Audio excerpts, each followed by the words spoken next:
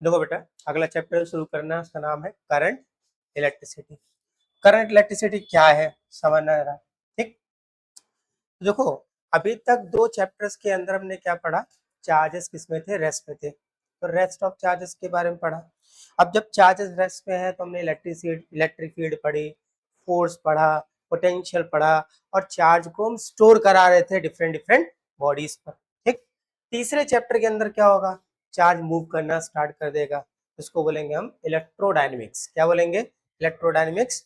जब charge flow करता है किसी सर्किट में तो इसी कंसेप्ट को नाम देंगे क्या, करंट इलेक्ट्रिसिटी। क्या बोलेंगे, करंट इलेक्ट्रिसिटी। मतलब इसमें अब करंट इंट्रोड्यूस होगा जब चार्ज क्या करेगा, फ्लो करेगा। तो देखो, शुरुआत के दो चैप्टर में हमने क्या पढ़ा, जो स्टेट ऑफ चार्जेस है उसमें हमने दो कंडीशन पढ़नी है इसके, इस 4 चैप्टर 5 चैप्टर के अंदर में। स्टार्टिंग के दो चैप्टर में पढ़ा कि चार्ज किस पे है, रेस्ट में। इसके अंदर दो चैप्टर पढ़े, पहला इलेक्ट्रिक चार्जेस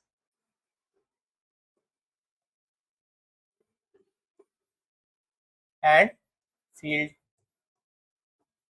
ठीक, दूसरा पढ़ा हम लोगों ने इलेक्ट्रिक पोटेंशियल एंड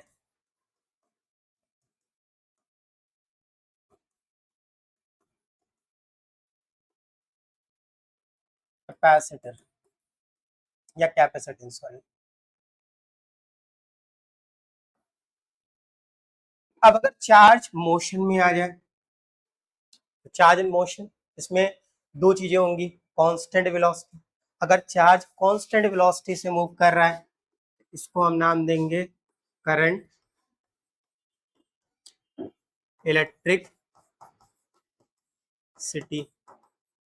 चार्ज क्या करेगा, कि कांस्टेंट वेलोसिटी से मूव करेगा, तो क्या कहेंगे, करंट इलेक्ट्रिसिटी। ठीक, यहाँ पर जब चार्ज रेस्ट में था तो इलेक्ट्रोस्टैटिक्स नाम दे रहे थे।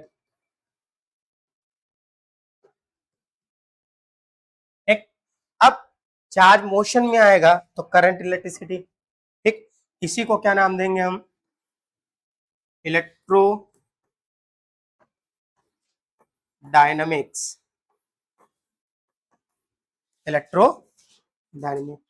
ठीक, और जब चार्ज एक्सेलरेट होने लगेगा तो इसके जस्ट बाद वाला चैप्टर, इसको नाम देंगे हम इलेक्ट्रो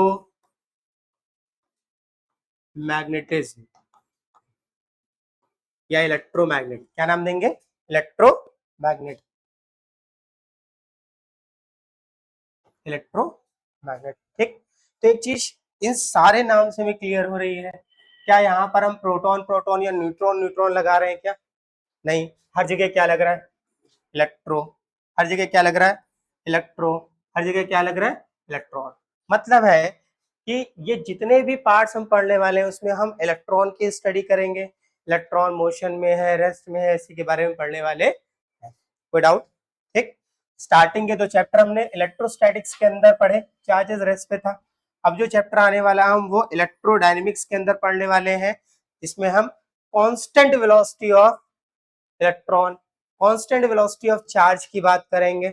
उसके अंदर चैप्टर आएगा करंट इलेक्ट्रिसिटी। क्या आएगा, करंट इलेक्ट्रिसिटी।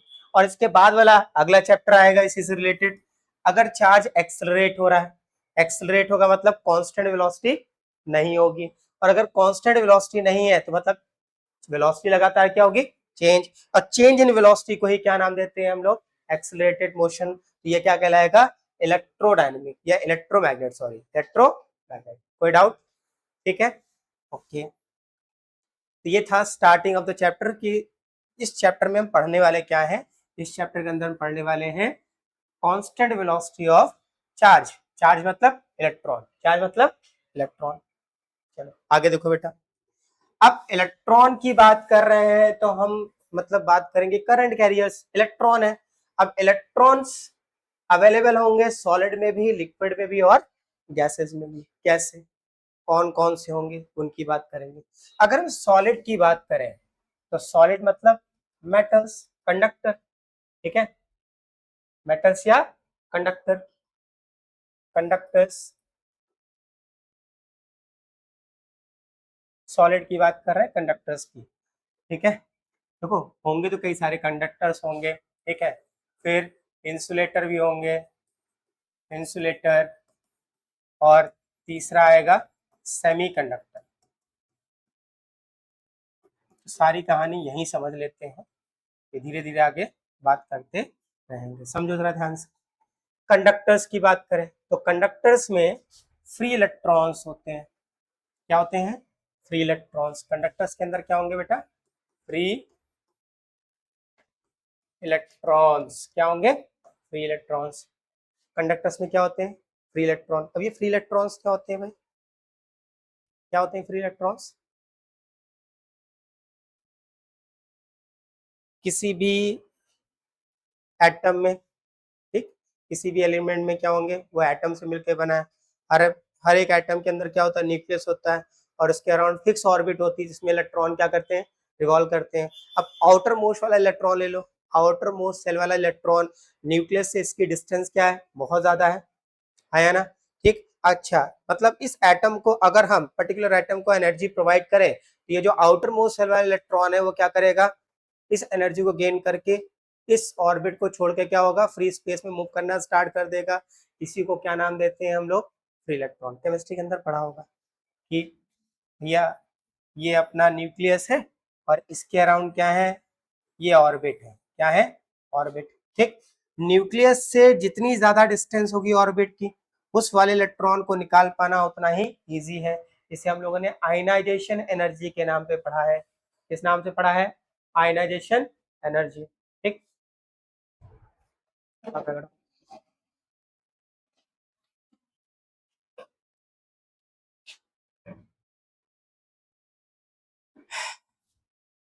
इसका मतलब आयनाइजेशन एनर्जी क्या है? एक तरह की एनर्जी कि इलेक्ट्रॉन को हम प्रोवाइड करें तो इलेक्ट्रॉन क्या हो जाएंगे? फ्री स्टेट में मूव करना स्टार्ट कर देंगे। तो जो फ्री स्टेट में इलेक्ट्रॉन मूव करते हैं किसी भी एटम के अंदर, उन इलेक्ट्रॉन्स को क्या नाम देते हैं? Free electrons. क्या नाम देंगे? Free electrons. ठीक। इंसुलेटर्स, इंसुलेटर में कोई भी चार्ज कैरियर नहीं होते, फ्री इलेक्ट्रॉन्स नहीं होते, फ्री इलेक्ट्रॉन्स नहीं होते। सेमीकंडक्टर की बात करें बेटा, तो सेमीकंडक्टर के अंदर, क्योंकि सॉलिड के अंदर ही आ रहा है, ठीक, सेमीकंडक्टर में दो तरह के चार्ज होंगे। देखो समझना जरा ध्यान से। इसमें क्या होता है? ये सिलिकॉन जर्मेनियम, इसकी बात हम सबसे लास्ट चैप्टर में करेंगे। अपना जो सिलेबस का लास्ट चैप्टर है, कौन सा?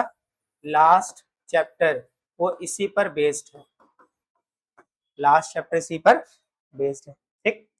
सेमीकंडक्टर में क्या होता है? सेमीकंडक्टर में बेटा सिलिकॉन जर्मेनियम क्रिस्टल होंगे। हर एक जर्मेनियम एटम, हर एक सिलिकॉन एटम अपने साथ 4 सिलिकॉन एटम या जर्मेनियम एटम को बॉन्ड करेगा, ऐसे इस तरह से। ठीक, इसको हटा के समझा दे रहे हैं। एक सिलिकॉन यहाँ हो गया, यहाँ हो गया, SI SI और SI। आया? कोई डाउट तो नहीं? देखो समझो ध्यान से। सिलिकॉन टेट्रावेलेंसी होती है, मतलब आउटर मोस्ट में कितने इलेक्ट्रॉन्स होंगे? 4। कितने होंगे? 4। अब ये एक सिलिकॉन एटम एक एक इलेक्ट्रॉन की शेयरिंग कर लेगा अपने पास के 4 सिलिकॉन एटम से। समझना ध्यान से। इसमें 2 चार्ज कैरियर होते हैं, वो कौन कौन से होते हैं वो समझाने की कोशिश कर रहे हैं।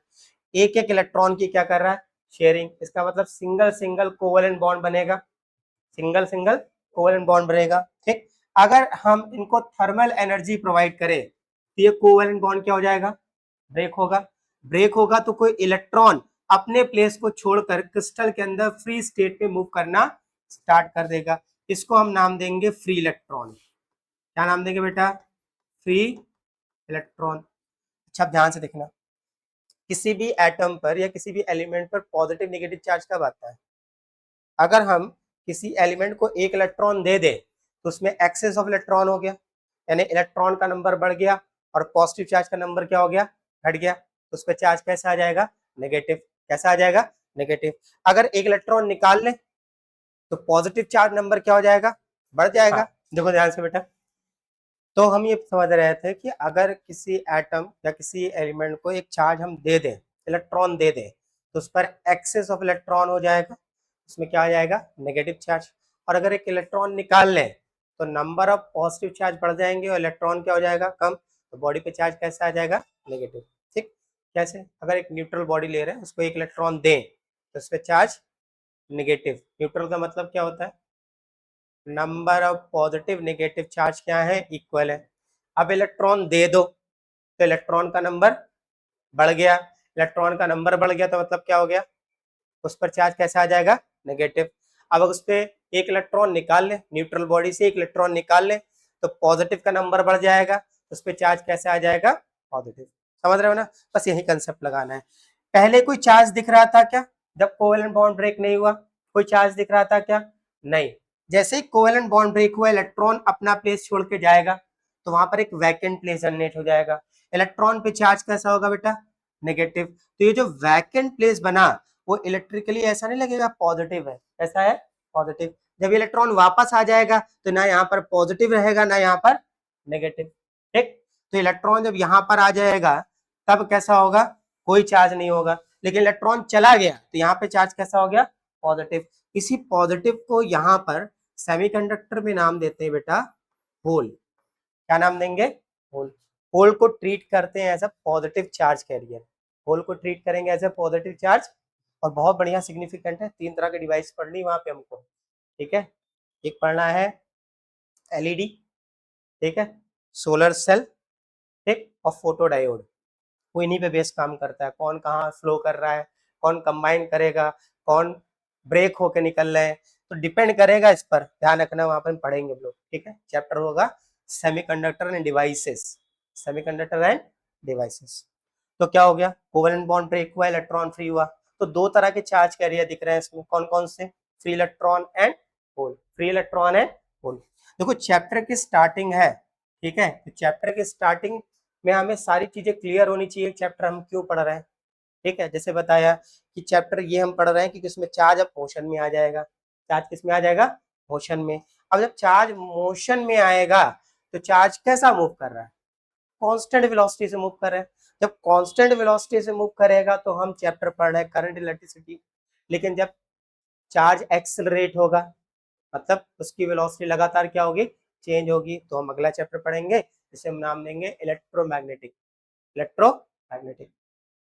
चलो खैर, तो हमें पता लगा कि जो सेमीकंडक्टर्स है इसमें 2 तरह के चार्ज कैरियर्स होते हैं, एक होता है फ्री इलेक्ट्रॉन्स, नाम देंगे फ्री इलेक्ट्रॉन या इलेक्ट्रॉन्स बोल सकते हैं, और दूसरा क्या होगा बेटा, होल्स।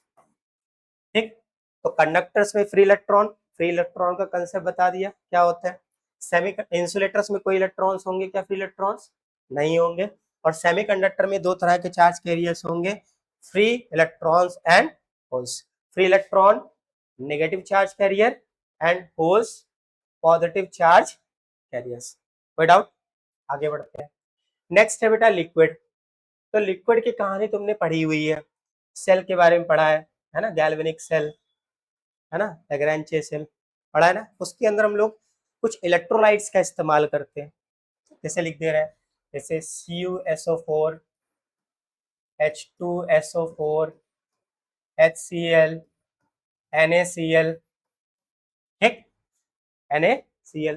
ठीक, जब इनको हम वाटर के साथ डिसॉल्व करेंगे तो क्या देखेंगे कि ये अपने आयंस में ब्रेक हो जाएंगे, ब्रेक होंगे ना।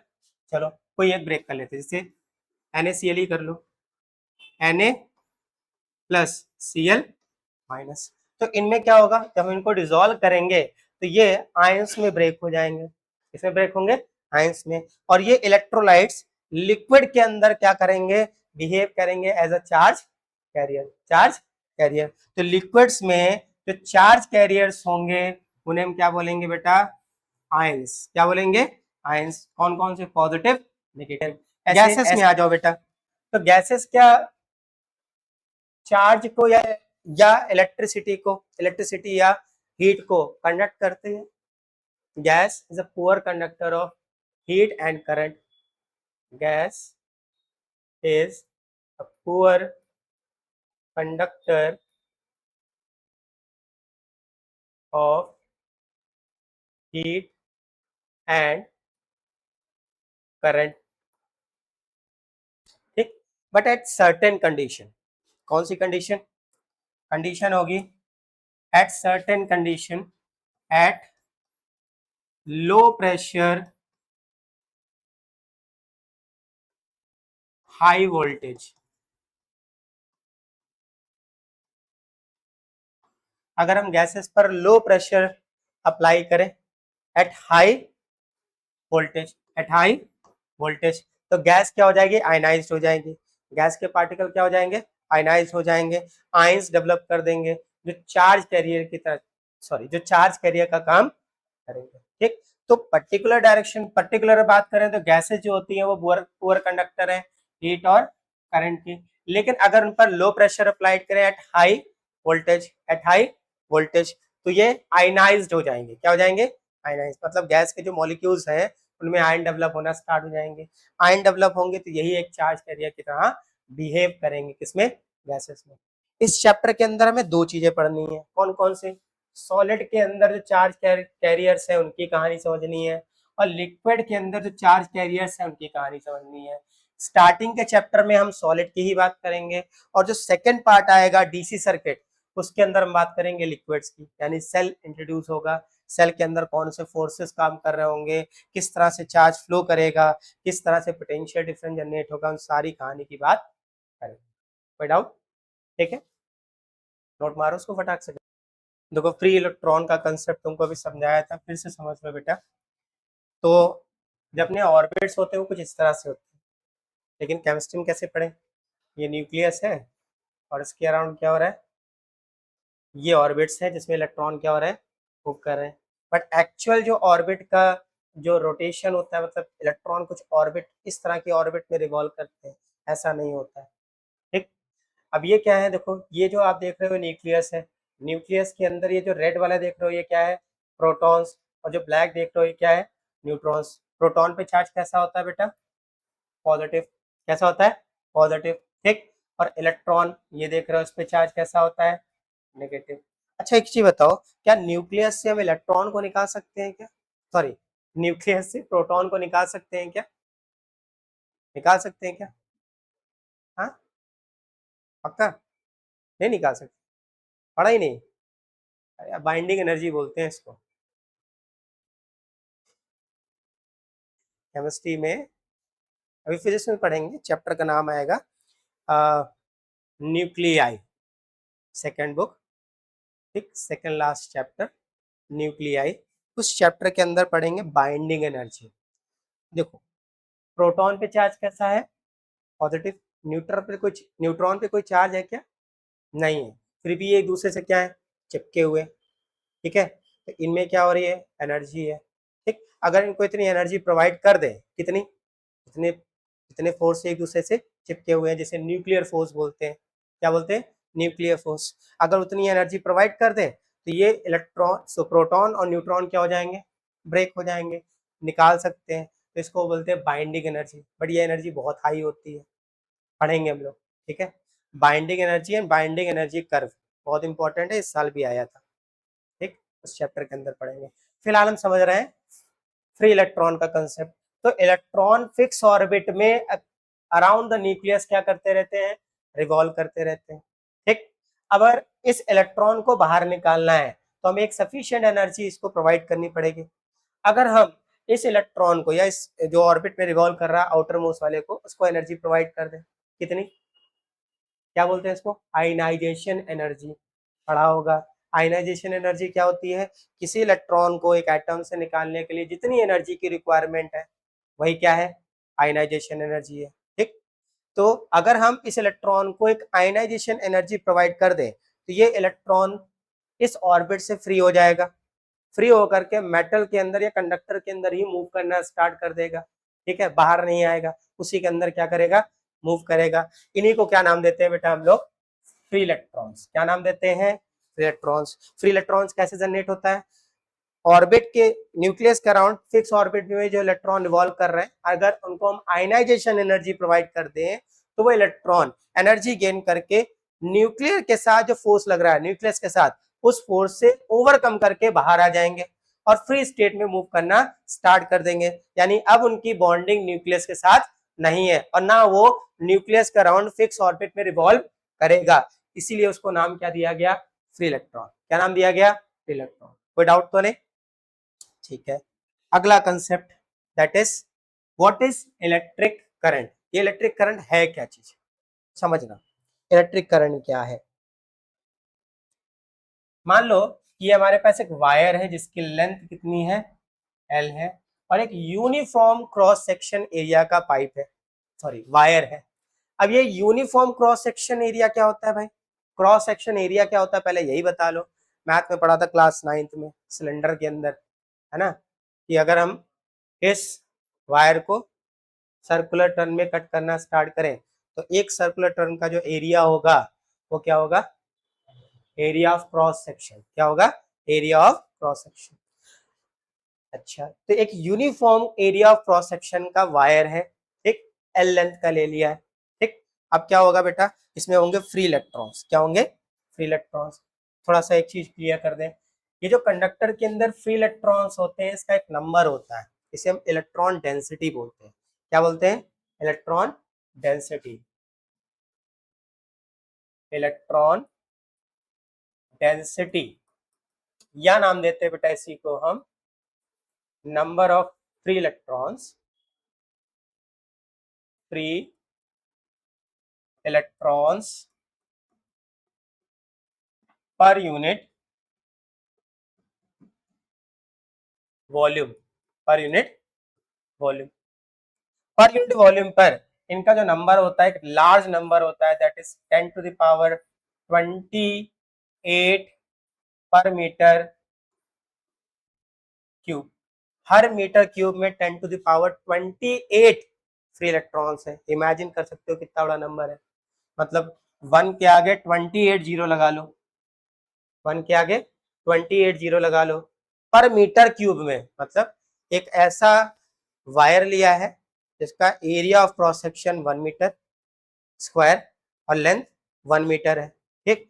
तो वॉल्यूम क्या हो जाएगा, मीटर क्यूब, और 1 मीटर क्यूब क्या हो जाएगा, 1 मीटर क्यूब। इस 1 मीटर क्यूब पे जो नंबर ऑफ इलेक्ट्रॉन्स है वो कितने हैं, इमेजिनेशन कितना नंबर बड़ा होगा, ठीक है। तो ये जो फ्री इलेक्ट्रॉन्स है वो फ्री स्टेट में कंडक्टर के अंदर क्या कर रहे हैं, मूव कर रहे हैं। क्या कर रहे हैं, मूव कर रहे हैं। अब ये इलेक्ट्रॉन इस कंडक्टर के अंदर मूव कर रहे हैं, मान लिया और लेट क्यू इलेक्ट्रॉन्स, इसी को चार्जेस नाम दे देंगे। क्या बोल देंगे, charges. Q charges flow for time T, sorry T small T. Q charges move कर रहे हैं टी टाइम के लिए। कितने टाइम के लिए, ये 1 सेकेंड नहीं है, ध्यान रखना, ठीक है। क्या बोला, क्यू चार्जेस फ्लो कर रहे हैं टी टाइम या टी सेकेंड्स के लिए, ठीक, पर क्रॉस सेक्शन। पर क्रॉस सेक्शन मतलब कोई एक क्रॉस सेक्शन मान लो, ये क्रॉस सेक्शन है, इस क्रॉस सेक्शन से क्यू चार्ज मूव कर रहा है कितने टाइम के लिए बेटा, टी टाइम के लिए। कितने टाइम में, टी टाइम में, ठीक। बात समझ में आई? हमने क्या बोला, ये एक कंडक्टर है, एक वायर है, तो इसके अंदर नंबर ऑफ फ्री इलेक्ट्रॉन्स होंगे पर यूनिट वॉल्यूम पर कितने होंगे, 10 टू द पावर 28, ठीक। अब ये फ्री इलेक्ट्रॉन्स या इलेक्ट्रॉन क्या कर रहा है, मूव कर रहे हैं। अपने आप तो मूव नहीं करेंगे, तुम्हें एक पोटेंशियल डिफरेंस प्रोवाइड करना पड़ेगा। तो इस कंडक्टर के क्रॉस सेक्शन एरिया से जो चार्ज फ्लो कर रहा है क्यू, और कितने टाइम तक, टी टाइम तक।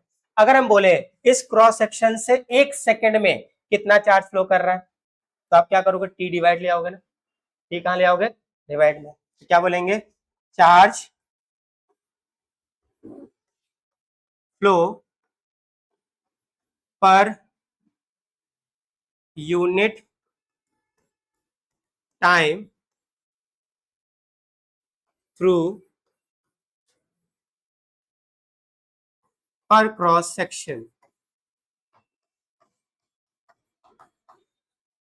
क्या बोला बेटा, क्यू चार्ज टी टाइम के लिए फ्लो कर रहा है, तो हम कह रहे हैं कि पर यूनिट टाइम यानी 1 सेकंड में एक किसी क्रॉस सेक्शन से कितना चार्ज फ्लो करेगा, तो उसे बोलेंगे क्यू अपॉन टी। क्या बोलेंगे, क्यू अपॉन टी। और ये क्यू अपॉन टी ही क्या होता है, करंट आई के बराबर। किसके बराबर, आई के बराबर। अब डेफिनेशन समझ लो, किसी भी वायर के पर क्रॉस सेक्शन से यूनिट टाइम में यानी 1 सेकंड में जितना चार्ज फ्लो कर रहा है उसी को क्या नाम देंगे बेटा, हम क्या नाम देंगे, करंट, इलेक्ट्रिक करंट। समझ में आ गया। क्यू चार्ज फ्लो किया टी टाइम के लिए, 1 सेकंड में बात करें तो Q upon t, Q upon t, this is known as electric current. इसी को क्या नाम देंगे बेटा, इलेक्ट्रिक करंट।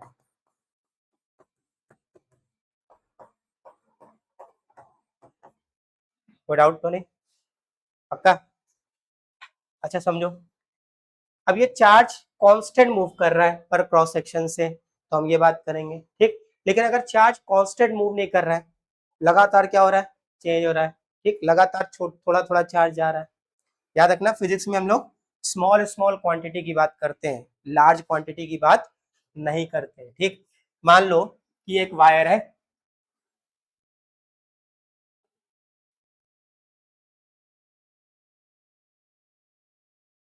ठीक, इसका एरिया ऑफ क्रॉस सेक्शन हो गया ये, एक क्रॉस सेक्शन मान लिया, एरिया कितना ए।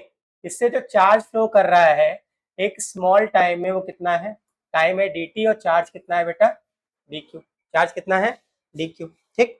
तो क्या बोला, dq चार्ज मूव कर रहा है इन dt टाइम या dt सेकंड। तो अब आपसे पूछे कि 1 सेकंड में कितना चार्ज फ्लो करेगा, तो क्या लिखोगे इसको बेटा, dq अपॉन dt।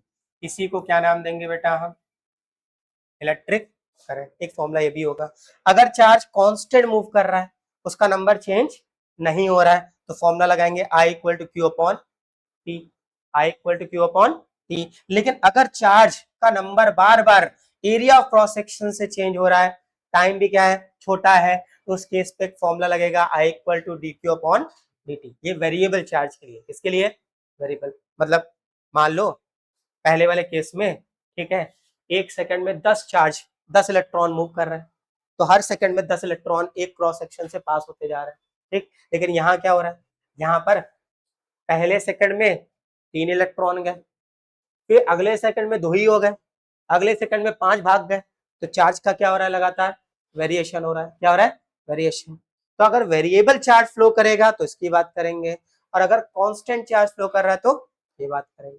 कोई डाउट तो नहीं। चलो यूनिट की बात करें भाई, तो देखो करंट, इलेक्ट्रिक करंट हम लोगों ने 11th में पढ़ा है, इलेक्ट्रिक करंट 11th में पढ़ा है, ये एक फंडामेंटल क्वांटिटी है, फंडामेंटल क्वांटिटी। 7 फंडामेंटल क्वांटिटी पढ़ी थी ना, कौन कौन सी, लेंथ, मास, टाइम, टेम्परेचर, इलेक्ट्रिक करंट, है ना, फिर टेम्परेचर, फिर luminous intensity, amount of substance. तो 7 फंडामेंटल क्वांटिटी में एक फंडामेंटल क्वांटिटी थी, क्या थी, इलेक्ट्रिक करंट। इसकी यूनिट भी वहां पड़ी थी, क्या थी बेटा, एम्पियर। यूनिट क्या थी, एम्पियर। जनरली हम कैपिटल ए से लिखेंगे, किसे लिखेंगे, कैपिटल ए से, ठीक है। तो यूनिट क्या होगा इसकी, एम्पियर। अब ये कैसी क्वांटिटी है, तो देखो समझना ध्यान से, ये जो है वो एक स्केलर क्वांटिटी है। कैसे है समझो, ये कोई ऑब्जेक्ट है, इस पर 2 फोर्स लग रहे हैं, एक फोर्स ये लग रहा है, एक फोर्स ये लग रहा है। मान लो तुम यहाँ खड़े हो, आंधी आई, ठीक है, या एक पर्सन तुमको इधर से धक्का दे रहा है, इधर से धक्का दे रहा है, इनके बीच का एंगल कितना, थीटा। ये फोर्स हो गया F1, ये हो गया फोर्स F2। तुम ऐसे आ रहे थे इस तरह से, तो कुछ फोर्स लगा के आ रहे होगा ना, तो F3, ठीक। इन दोनों का जब रिजल्टेंट निकालोगे तो कोई फोर्स पता है हमको कि अगर इनका एक रिजल्टेंट निकालेंगे तो कहाँ जाएगा, स्टार्ट होगा यहीं से और मिड से जाएगा, कहाँ से जाएगा, मिड से। भाई फोर्स लगाओ कहीं भी जा सकते हो, है ना। लेकिन अगर हम वायर की बात करें, मान लो ये वायर है, इससे 3 एम्पियर का करंट जा रहा था, ठीक। अब यहाँ पर 2 वायर और कनेक्ट कर दिए, एक वायर ये और एक वायर ये, ठीक। अब क्या हो रहा है, एक करंट यहाँ से जा रहा है I1 और एक करंट जा रहा है यहाँ से I2, समझना। यही करंट जाकर के आगे ब्रेक होगा, है ना। फोर्स लगाओगे बॉडी ऐसे भी जा सकती है, ऐसे भी जा सकती है, ऐसे भी जा सकती है, आया ना, मतलब फोर्स लगाओगे तो फोर्स की डायरेक्शन में तो मूव करेगी, लेकिन क्या होगा, उसकी डायरेक्शन हल्की फुल्की ऊपर नीचे हो सकती है। लेकिन अगर करंट फ्लो कर रहा है, मतलब चार्ज फ्लो कर रहा है, तो क्या चार्ज वायर को छोड़ करके फ्लो करना स्टार्ट कर देगा क्या? नहीं। किससे फ्लो करेगा? वायर से ही फ्लो करेगा। वायर से ही फ्लो करेगा, तो इसका मतलब क्या इनका रिजल्टेंट निकाल पाएंगे? नहीं निकाल पाएंगे। यहाँ क्या करना पड़ेगा? स्केलर सम। क्या करना पड़ेगा बेटा? स्केलर सम, जिसे हम बोलते हैं सिंपल एल्जेब्रिक सम। क्योंकि करंट एक पर्टिकुलर मटेरियल में मूव करने वाली क्वांटिटी है, तो इनका वेक्टर सम होता नहीं दिखाई देगा, इनका क्या होगा? केवल स्केलर सम होगा। तो इसीलिए कैसी क्वांटिटी है? स्केलर क्वांटिटी है। कैसी क्वांटिटी है? स्केलर। कैसी है? स्केलर। कोई डाउट तो नहीं? अच्छा, हम डिफरेंट तरह के करंट के बारे में बात करेंगे, समझ आ रहा कौन कौन सी होगी? दो फॉर्मूले तुमको समझाई दिए, एक हो गया I equal to Q upon t, फिर एक हो गया I equal to D Q upon D t. अच्छा, और समझना, Q इक्वल टू हमने एन ई पढ़ा है, समझ लो सारे फॉर्मूले में इस्तेमाल करने होंगे आगे, आगे आने वाले 2-3 चैप्टर के अंदर सारे फॉर्मूले यूज कर रहे होंगे, ठीक। तो Q इक्वल टू क्या पढ़ा है बेटा? N e. कहाँ पढ़ा है? पहले चैप्टर के अंदर। टॉपिक का नाम था क्वांटाइजेशन ऑफ चार्जेस, है ना, ठीक। अगर ये यहाँ रख दें तो I इक्वल टू क्या हो गया? N e upon t, n e upon t, ठीक। अच्छा, एक फॉर्मूला और पढ़ना पड़ेगा, देखो कौन सा फॉर्मूला होगा समझना। ये मान लो एक सर्कुलर पाथ, ये मान लो कोई हाइड्रोजन एटम है, उसकी एक ये न्यूक्लियस हो गया, और ये क्या है? Orbit. Hydrogen atom H plus, मतलब हाइड्रोजन एटम, तो इसमें कितने इलेक्ट्रॉन होंगे भाई? एक ही इलेक्ट्रॉन होगा, और एक ही क्या होगा बेटा? प्रोटॉन। हाइड्रोजन में कितने इलेक्ट्रॉन होते हैं? हाइड्रोजन 1h1, एक ही इलेक्ट्रॉन और एक ही प्रोटॉन। तो इलेक्ट्रॉन क्या कर रहा है? बोलेगा इलेक्ट्रॉन न्यूक्लियस के अबाउट रोटेट कर रहा है with velocity v, with velocity v, ठीक। कहेगा ये जो इलेक्ट्रॉन रिवॉल्व कर रहा है ना, जिसका मास कितना है? m है, जब ये रिवॉल्व करेगा तो अपने साथ कितनी करंट को जनरेट करेगा? क्वेश्चन में मिलेगा, ऐसे क्वेश्चन आए हैं, ठीक है, और आने वाले टॉपिक्स के अंदर इसके क्वेश्चन भी हम लोग करेंगे, ठीक। जब ये इलेक्ट्रॉन रिवॉल्व करेगा, भाई इलेक्ट्रॉन तो रिवॉल्व कर ही रहा है, न्यूक्लियस के अराउंड रिवॉल्व करेगा, ये इलेक्ट्रॉन जब रिवॉल्व करेगा तो अपने साथ क्या होगा? मूविंग चार्ज हो गया ना, क्या हो गया? मूविंग चार्ज, एक करंट को जनरेट करेगा। तो पूछेगा जब ये इलेक्ट्रॉन रिवॉल्व कर रहा है तो कितनी करंट जनरेट करेगा? समझना बेटा, करंट की वैल्यू कैसे फाइंड करोगे? तो देखो करंट का फॉर्मूला हम जो भी पढ़ा वो यहाँ से पढ़ा, Q I equal to Q upon t. इस केस में अगर हम बात करें तो इलेक्ट्रॉन कितने हैं? एक इलेक्ट्रॉन है। कितने हैं? एक इलेक्ट्रॉन, ठीक है। तो Q equal to n e से, एन का वैल्यू क्या हो गया? 1, तो क्या बचा? केवल E, ठीक है। अगला पॉइंट क्या है? टाइम। तो टाइम क्या आएगा भाई? देखो ये इलेक्ट्रॉन यहाँ से घूम के जब तेजी से यहाँ आएगा तो एक चक्कर लगाए भाई, जब ये घूम रहा है तो वापस आएगा तभी तो चक्कर कंप्लीट करेगा, और लगातार इसी ऑर्बिट में क्या कर रहा है? घूम कर रहा है, ठीक। तो मतलब क्या हुआ? जब ये एक चक्कर कंप्लीट करेगा तो कुछ चार्ज को मूव करा के लेके आया ना, इलेक्ट्रॉन मूव करके आया, तो क्या होगा? कुछ करंट को कंडक्ट करेगा, करेगा कि नहीं करेगा? तो ये टाइम क्या होगा? टाइम, टाइम पीरियड के बराबर। और टाइम पीरियड मतलब टाइम फॉर रिवोल्यूशन पढ़ा हुआ है हम लोगों ने, देखो कैसे, speed equal to distance upon time. देखो अभी बोरिंग लग रहा होगा बेटा, लेकिन जैसे ही क्वेश्चन मिलेगा तो कहोगे यार सर अभी तो थोड़ी देर पहले बताया था, ये बोर्ड्स में आया हुआ क्वेश्चन है, ये बोर्ड्स में आया हुआ क्वेश्चन है, ध्यान रखना, ठीक है। इसलिए तुम्हें बता दिया कैसे करना है, ठीक। समझो आगे, speed equal to distance upon time. Speed कितनी है बेटा? v, और जब एक चक्कर लगाएगा तो डिस्टेंस कितनी ट्रेवल करेगा? लेट कर लिया, जो सर्कुलर पाथ बनना है इसकी रेडियस कितनी है? r है, तो डिस्टेंस कितनी हो जाएगी? 2πr, और टाइम कितना लगा? t, और यही t स्मॉल t के बराबर होगा। किसके बराबर होगा? Small t। तो यहां से बताओ t किसके बराबर है? यहाँ क्या आ गया? 2πr अपॉन v, ये टाइम हो गया। तो बताओ जब इलेक्ट्रॉन इस ऑर्बिट में रिवॉल्व कर रहा होगा तो अपने साथ कितनी करंट को एसोसिएट करेगा? Q इक्वल टू क्या लिखना है बेटा? E। तो E और टाइम कितना लगा? 2 pi R upon V। V कहाँ गया? ऊपर। V कहाँ गया? ऊपर। देखो डिवाइड के डिवाइड में ना, तो ऊपर ले आओ तो मल्टीप्लाई में आ जाएगा। तो I equal to e v upon 2 pi R। यहाँ V क्या है? वेलोसिटी या स्पीड ऑफ इलेक्ट्रॉन, जिस स्पीड से इलेक्ट्रॉन क्या कर रहा है? रिवॉल्व कर रहा है। आर क्या है? न्यूक्लियस से इलेक्ट्रॉन की डिस्टेंस, या कह सकते हैं ऑर्बिट की रेडियस। ऑर्बिट की रेडियस, ठीक। और ई क्या है? Charge on electron. Charge on electron. कोई डाउट तो नहीं? ये क्वेश्चन आया हुआ है, इसीलिए तुमको इसका कंसेप्ट लेकर समझा, ठीक। ओके, कोई डाउट तो नहीं? नोट कर लो भाई। बड़े फॉर्मूला नोट हो गया? चलो देखो ध्यान से आगे बेटा। बहुत कंफ्यूजन है डायरेक्शन ऑफ करंट में, ध्यान से समझना।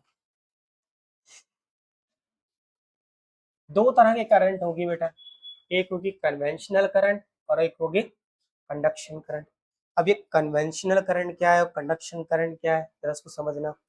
तो 1870 के आसपास, ठीक है, 1870 के आसपास इलेक्ट्रॉन, फ्री इलेक्ट्रॉन का कंसेप्ट आया। उससे पहले क्या पता था? उससे पहले हमको पता था कि भैया पॉजिटिव चार्ज होते हैं जो किसी भी कंडक्टर में क्या कर रहे हैं? फ्लो कर रहे हैं, ठीक। तो मान लो ये अपने पास एक रजिस्टर है, समझना ध्यान से बेटा, समझाने के लिए डायग्राम ले रहे हैं। और ये कोई एक सोर्स है। तो अभी तक तो 10th तक यही पढ़ा भैया कि एक बैटरी या सेल लगा है तो करंट कहां से कहां फ्लो करेगा? From positive to negative. जितना करंट जाएगा उतना ही करंट वापस आएगा। ये पढ़ा था ना 10th में, डायग्राम ऐसा देखा होगा, ठीक। यहाँ पे ये वाली जो करंट है, ये जो करंट दिखा रहे हैं, ठीक, ये due to positive charge consider करते थे जब तक फ्री इलेक्ट्रॉन का कंसेप्ट हमको पता नहीं था। फ्री इलेक्ट्रॉन का कंसेप्ट पता नहीं था तो मानते थे कि सर्किट में फ्लो कौन सा कर रहा है बेटा? Charge, positive charge. कौन सा चार्ज है बेटा? Positive charge. तो पॉजिटिव चार्ज के फ्लो की वजह से जो करंट मानते थे उसको ही क्या नाम देते थे? Conventional current. क्या बोलते थे? Conventional current. लेकिन फिर इसके बाद 1870 के बाद, ठीक, डिस्कवर हुआ फ्री इलेक्ट्रॉन का कंसेप्ट। कौन सा? फ्री इलेक्ट्रॉन का कंसेप्ट।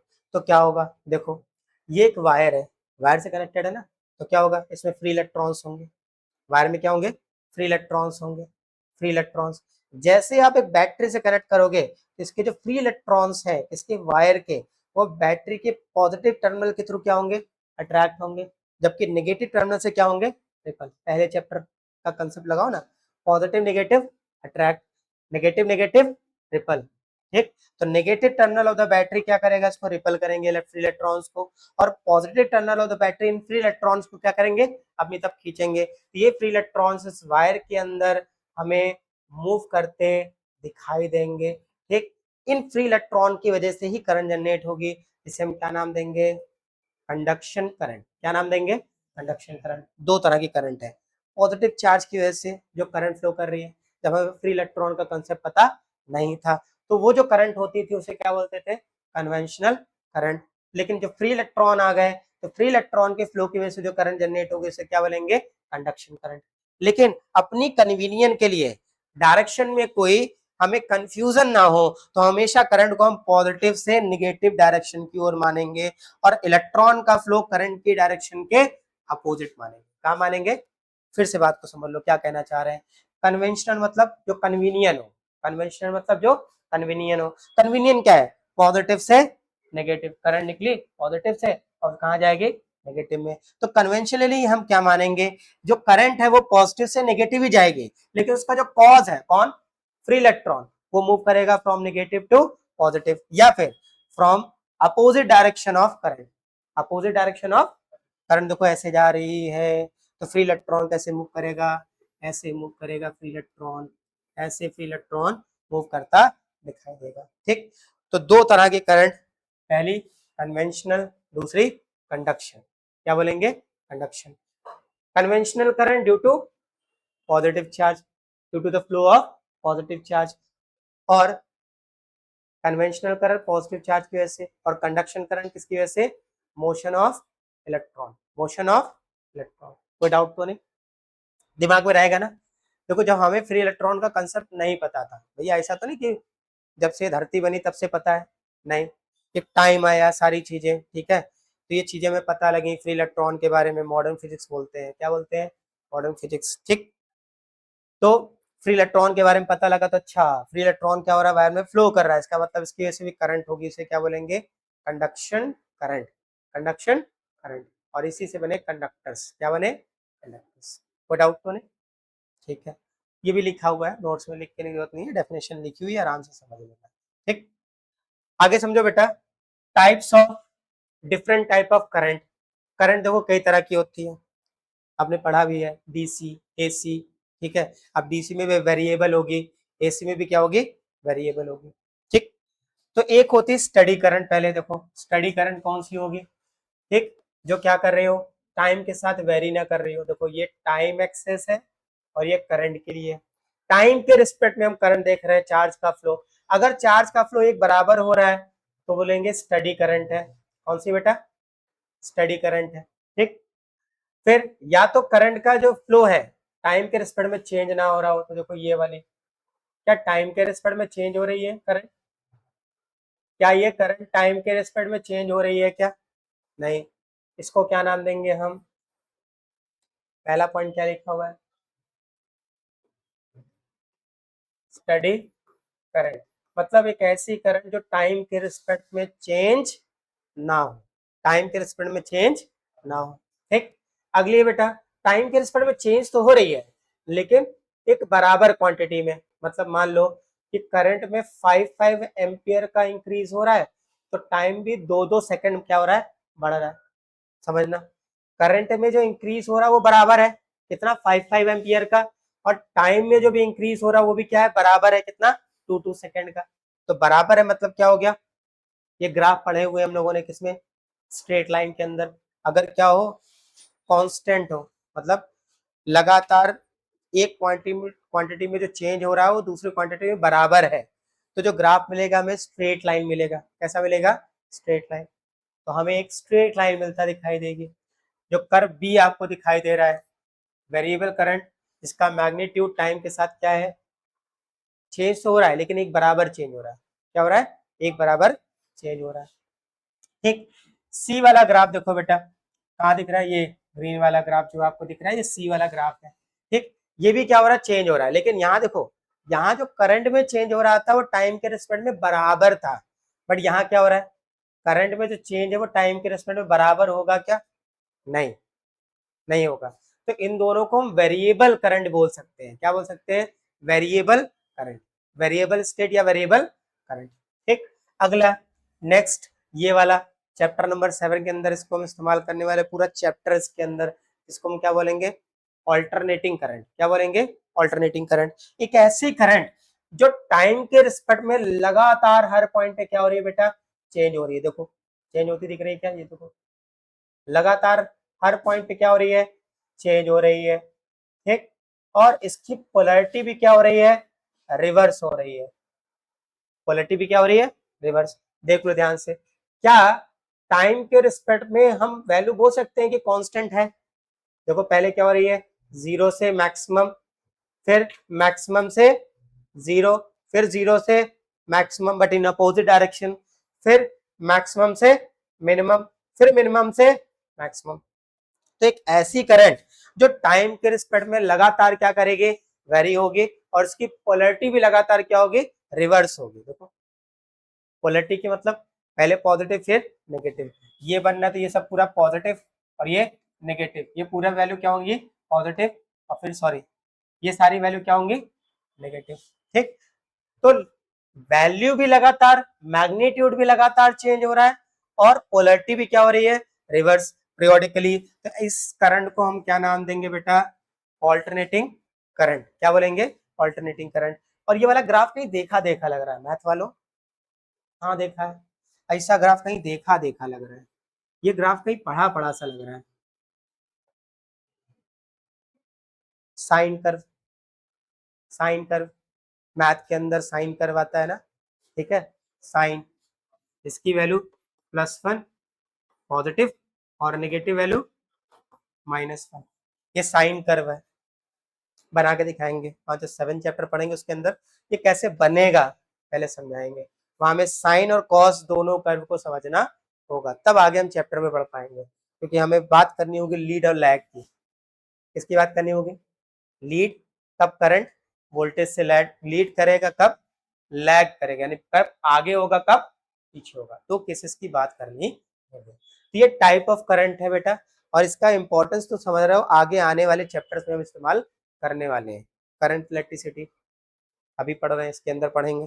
फिर इसके बाद मैग्नेटिक इफेक्ट ऑफ करंट आ जाएगा, फिर इसके बाद ऑल्टरनेटिंग करंट आएगा, फिर इसके बाद आएगा इलेक्ट्रोमैग्नेटिक इंडक्शन, उसके अंदर भी करंट आएगी, ठीक है, वहां भी लगातार क्या हो रहा है, चेंजमेंट आएगा करंट के अंदर, ठीक, करंट लगातार बढ़ेगी घटेगी, बढ़ेगी और घटेगी, ठीक, तो उसके बढ़ने और घटने के बारे में स्टडी करेंगे, किस तरह से करंट बढ़ेगी, किस तरह से करंट डेवलप होगी, उसकी बात करेंगे।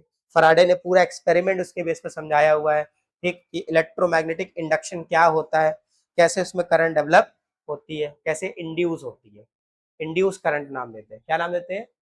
तो करंट का इंपॉर्टेंस समझ रहे हो तुम्हें कि आने वाले चैप्टर्स में कितना इंपॉर्टेंट करंट का इन्वॉल्वमेंट रहेगा चैप्टर्स के अंदर। तो अगर कांस्टेंट है तो स्टडी, एक बराबर चेंज हो रहा है तो वेरिएबल कह सकते हैं, लेकिन एक बराबर है, और एक बराबर चेंज नहीं कर रहा तो ये भी वेरिएबल है, ठीक।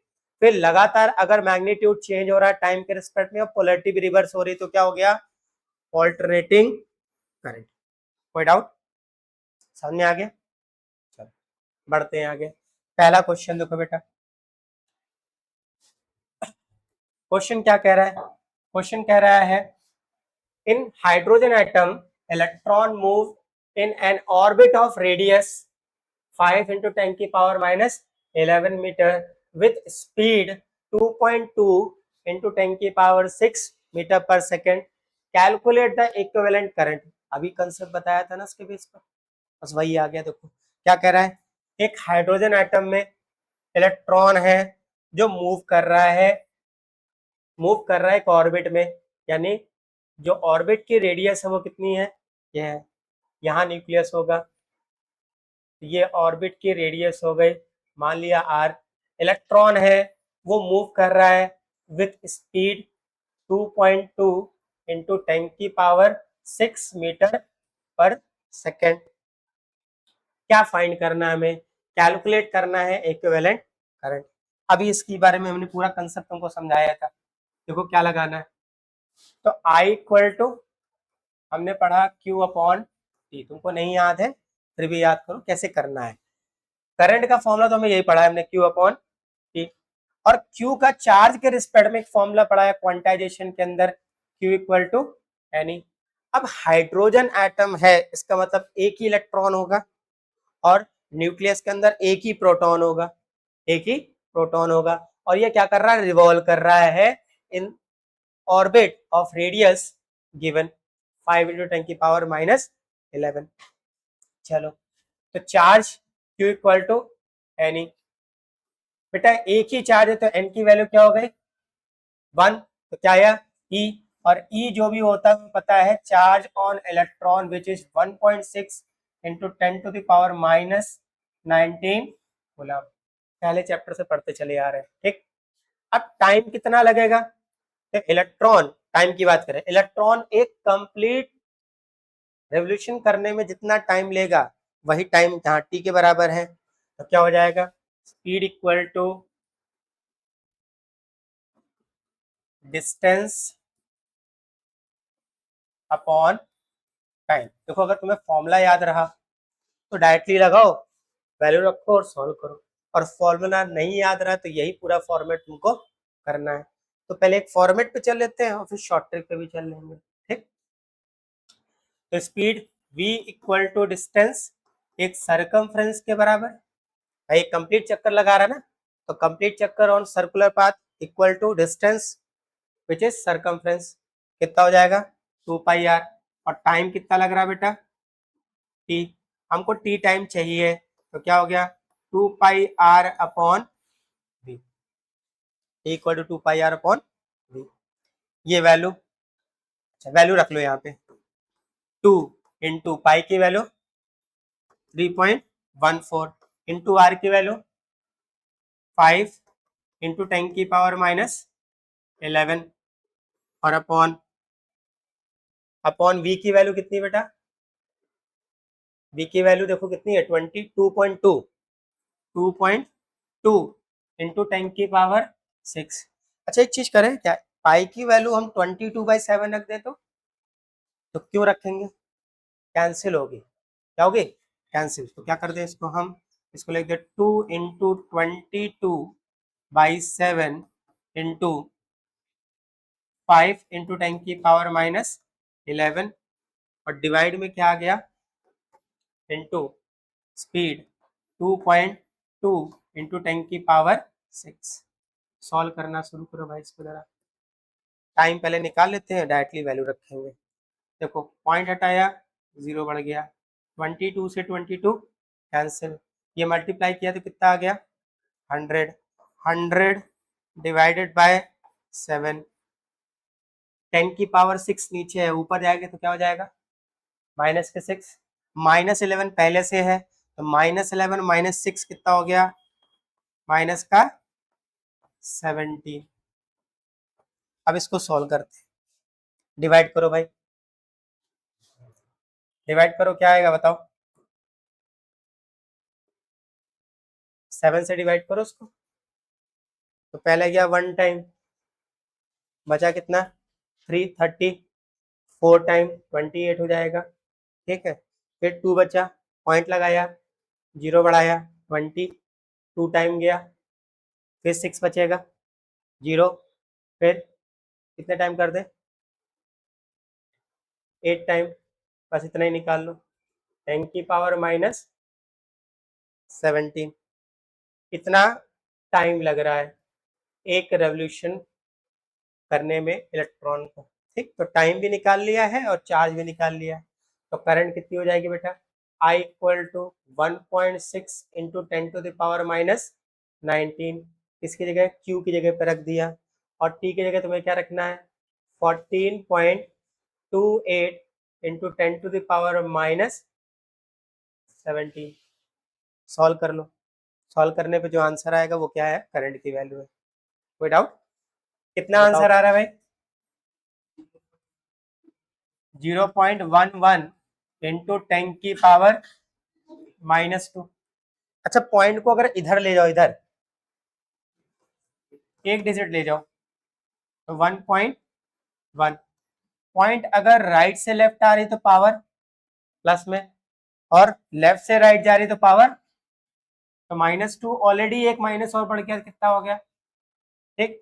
इसको लिख सकते हैं क्या 1.1 मिली 10 टू द पावर -3, क्या लिखेंगे मिली, और यूनिट करंट की क्या होती है एम्पियर, तो करंट की वैल्यू क्या आएगी 1.1 मिली एम्पियर, ठीक है। नोट कर लो। चलो अगला क्वेश्चन देखो भाई क्या कह रहा है, next question, the current through a wire depends on time. कितनी करंट है I equal to I not plus alpha t, current कितनी है I equal to I not plus alpha t, where I not is 10 ampere and alpha equal to 4 ampere per second, 4 ampere per second.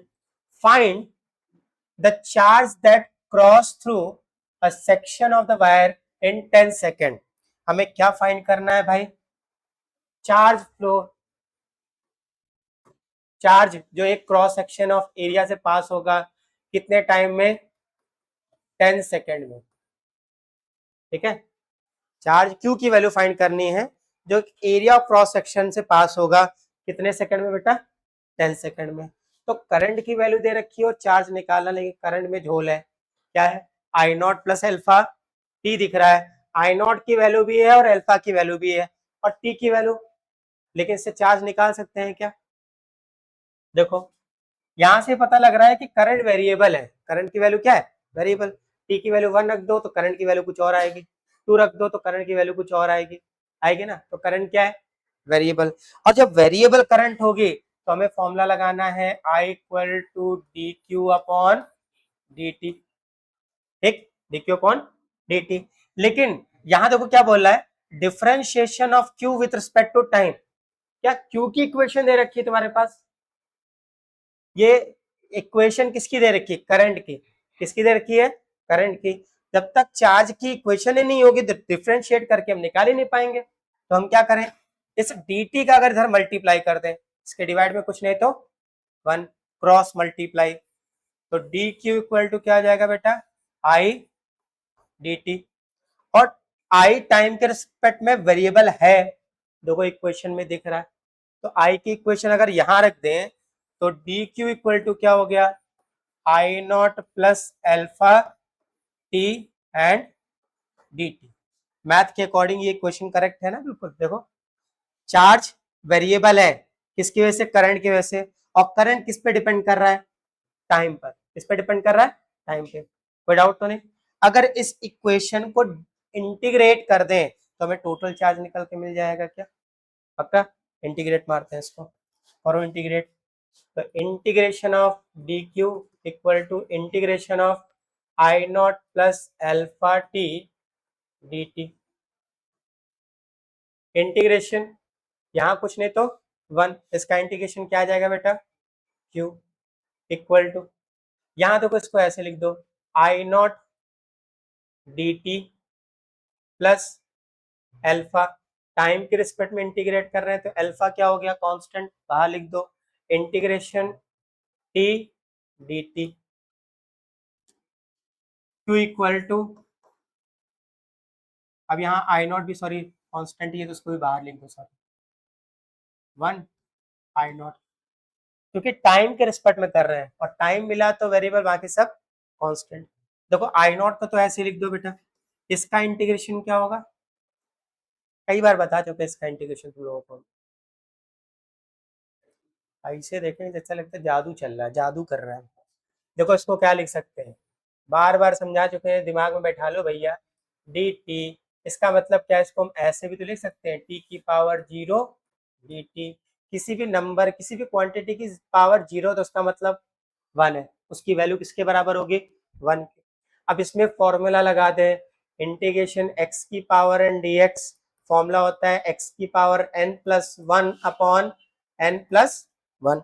लगाओ जरा भाई, तो इसमें अगर हम formula apply कर दे तो देखो क्या बना, t की पावर 0 प्लस 1, n की जगह क्या है 0 अपॉन 0 प्लस 1, क्या आ जाएगा, t की पावर 1 लिखते हैं नहीं, और डिवाइड में 1 लिखते हैं नहीं, क्या आ जाएगा, t क्या आएगा, t।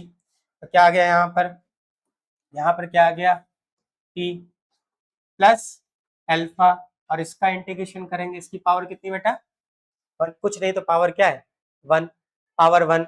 फॉर्मूला ये अप्लाई करना है, x की power n plus 1 upon n plus 1, तो t की पावर 1 प्लस 1 मतलब t स्क्वायर, और डिवाइड में 1 प्लस 1 मतलब 2, डिवाइड में 2। कोई डाउट, समझ में आ गया। तो देखो चार्ज की इक्वेशन हमने निकाल ली है, किसके टर्म में, करंट के टर्म में, और करंट की इक्वेशन हमारे पास दी थी, चार्ज की इक्वेशन निकाल ली है।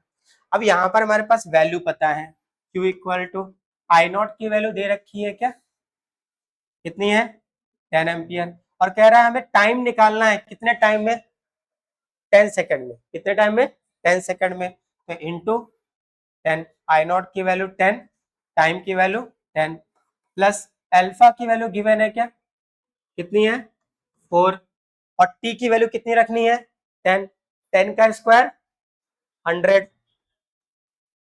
और डिवाइड बाय 2। देखो इससे स्कोर आया, कितना आया 2, 2 का मल्टीप्लाई इसमें करो तो कितना आ गया 200, और ये 100, 100 प्लस 200 कितना आ गया 300 चार्जेस, ठीक है 300 कूलम। इतना चार्ज क्या होगा, फ्लो कर जाएगा पर cross section of the wire in 10 second. कोई डाउट, ठीक है नोट कर लो।